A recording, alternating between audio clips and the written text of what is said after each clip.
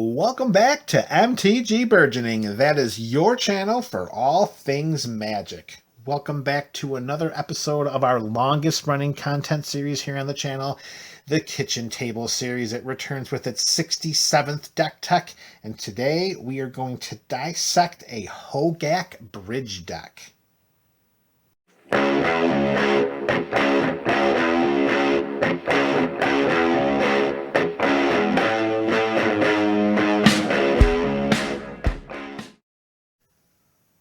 What's up, MTG BC? You know who you are. That is the MTG Burgeoning community. Welcome back to the Kitchen Table series. We are up to deck tech number 67 in the longest running content series here at the channel. And boy, oh boy, do we got a doozy today. We are going to take a long look at a Hogaak-Bridge deck.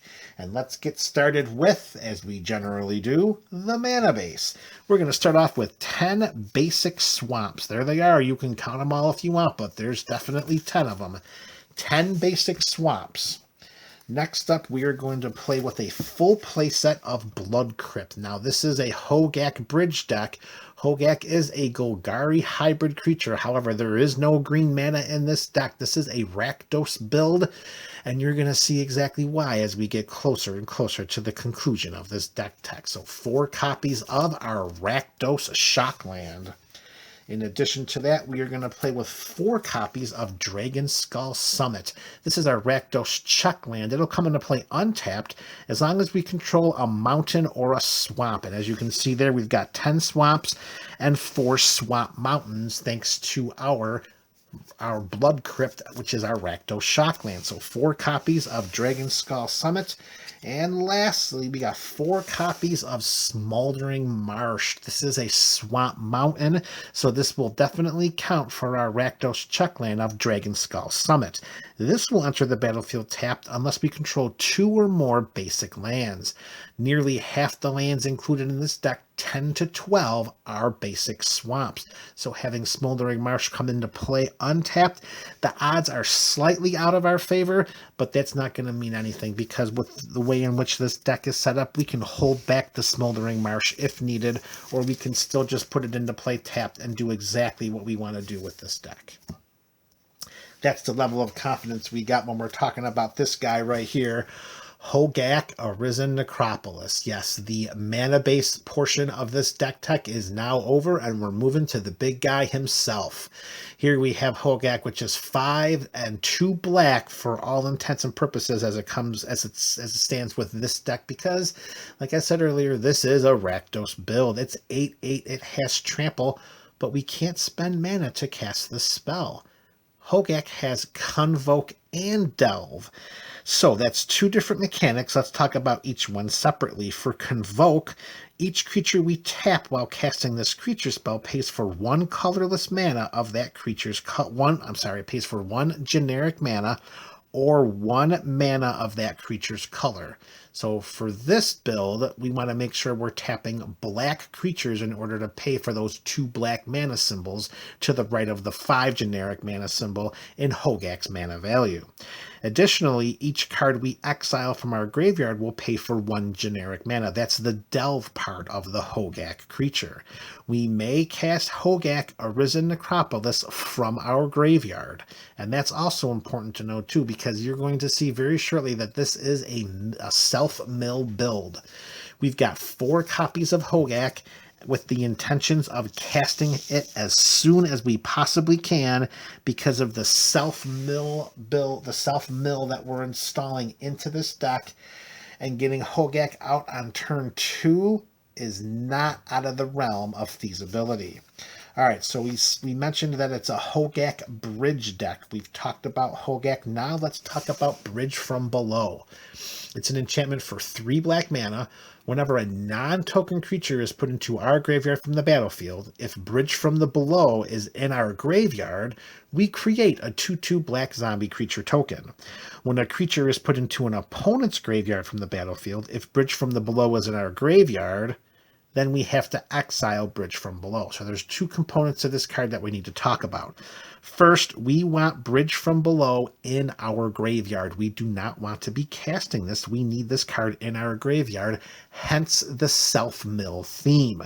Secondly, and whenever a creature is going to be put into an opponent's graveyard from the battlefield, it doesn't have to be non-token, it's just any kind of creature. If Bridge from the Below is in our graveyard, then we have to exile it. So we want to make sure we can do what we can to the best of our abilities to make sure that our opponents do not get creature cards from the battlefield into the graveyard, which will spoil what we're trying to do with this Hogaak-Bridge deck. So at this moment, 4 copies of Bridge from Below. And as what we were alluding to and trying to prevent our opponents from getting our Bridge from the Below out of our graveyard, we're going to play with a full play set of Leyline of the Void. It's 2/2 black enchantment. If it's in our opening hand, we may begin the game with it on the battlefield. If a card would be put into opponent's graveyard from anywhere, instead it gets exiled. So with a Leyline of the Void on the battlefield and under our control, we can prevent those creatures from we can prevent our opponent's creatures from going from the battlefield to the graveyard. Instead, we exile them, which will then preserve our Bridge from the Below and keep it in our graveyard. 4 copies of Leyline of the Void. And this is the engine we're looking at right here. Bridge from the Below, we want it in our graveyard. Leyline of the Void, we want in play so that we can make sure that our opponents cannot get rid of our Bridge from the Below. They can't get rid of our Bridge from Below or Belows, depending on how many of them we have in our graveyard. And all of this is centered around Hogaak and his monstrous 8/8 trampling ability. So let's get to our self-mill. And let's start that off with a playset of Stitcher Supplier. It's a zombie for 1 black mana. It's a 1/1 when it ETBs or when it dies. We put the top 3 cards of our library into the graveyard. So this, at a maximum, this is going to fill our graveyard with 6 cards as long as we can get it to die. 4 copies of Stitcher's Supplier. Next up, we're going to play with a full play set of Insolent Neonate. This is a 1/1 vampire with menace for a red mana. We can discard a card and sacrifice Insolent Neonate in order to draw a card. Why we've included Insolent Neonate in this deck is because if we're holding Bridge from Below, discarding it as a way in which to activate its sacrifice ability to draw a card is a great way to get Bridge from Below into the graveyard, while we can replace it with another card drawn off of Insolent Neonate. 4 copies of that mono red vampire. Next up, we have Carrion Feeder. It's a zombie for 1 black mana. It's a 1/1. It can't block, but we can sacrifice a creature, and when we do, we can put a +1/+1 counter on Carrion Feeder.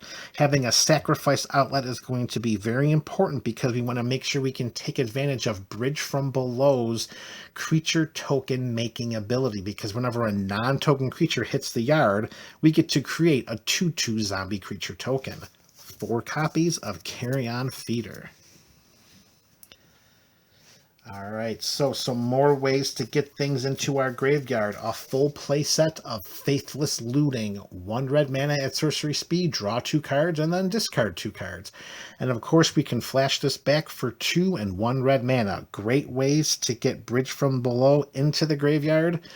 Great way to get Hogaak into the graveyard as well. 4 copies of Faithless Looting. And lastly, we have a full playset, which may seem to be a little overboard, but we really need to make sure that we have as many sacrifice outlets as possible.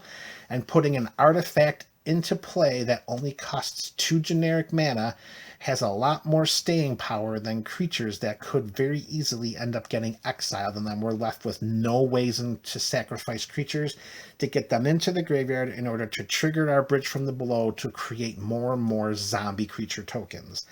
With that being said, a full play set of Altar of Dementia is included in this deck. Artifact, it costs 2. We sacrifice a creature. Target player puts a number of cards equal to the sacrificed creature's power from the top of their library into their graveyard. It is not impossible to mill an opponent with this deck, particularly because we have Carrion Feeder, which can get ginormous by sacrificing creatures and putting +1/+1 counters on it. Plus, Hogaak is an 8, and there are 4 copies of him, sacrificing one to play another, and then keep doing that to the Altar of Dementia. If we're not in the need to mill ourselves a ton, then we can turn the altar onto our opponents. 4 copies of Altar of Dementia. It may seem excessive, but you need to have those sacrifice outlets in this deck. All right, the last 6 cards we're going to talk about are really this is really the fuel that's going to make sure that our engine of this Hogaak-Bridge really revs as fast and as powerful as it possibly can. We're going to start with 3 copies of Gravecrawler. It's a zombie for 1 black mana. It's 2/1. It can't block, but we may cast this from our graveyard as long as we control a zombie. So with this getting milled into our graveyard, we can cast it from our graveyard because we'll have a zombie in play. And then when we do, we can sacrifice it. It goes to the graveyard. Bridge from Below will trigger. It will create a 2/2 black zombie creature token. And if we have more than 1 Bridge from Below in the graveyard, it will trigger each time. So as long as we have enough black mana available, we can sacrifice Gravecrawler to our sacrifice outlet, which could be Carrion Feeder or an Altar of Dementia. It hits the yard. It triggers Bridge from Below. It makes however many 2/2 zombie creature tokens that we have copies of Bridge from Below in the graveyard.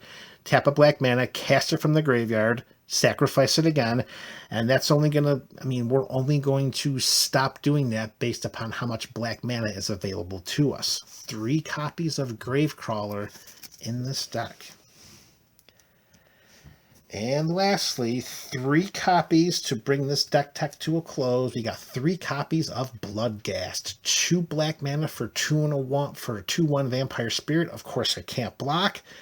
However, it has haste as long as an opponent has 10 or less life, which I guess is okay, but not really relevant to what we're doing here in this deck because that landfall mechanic is just way too good. Landfall, whenever a land enters the battlefield under our control, we may return Bloodghast from our graveyard to the battlefield. So we got Bloodghast in play. We'll sacrifice it to one of our sacrifice outlets.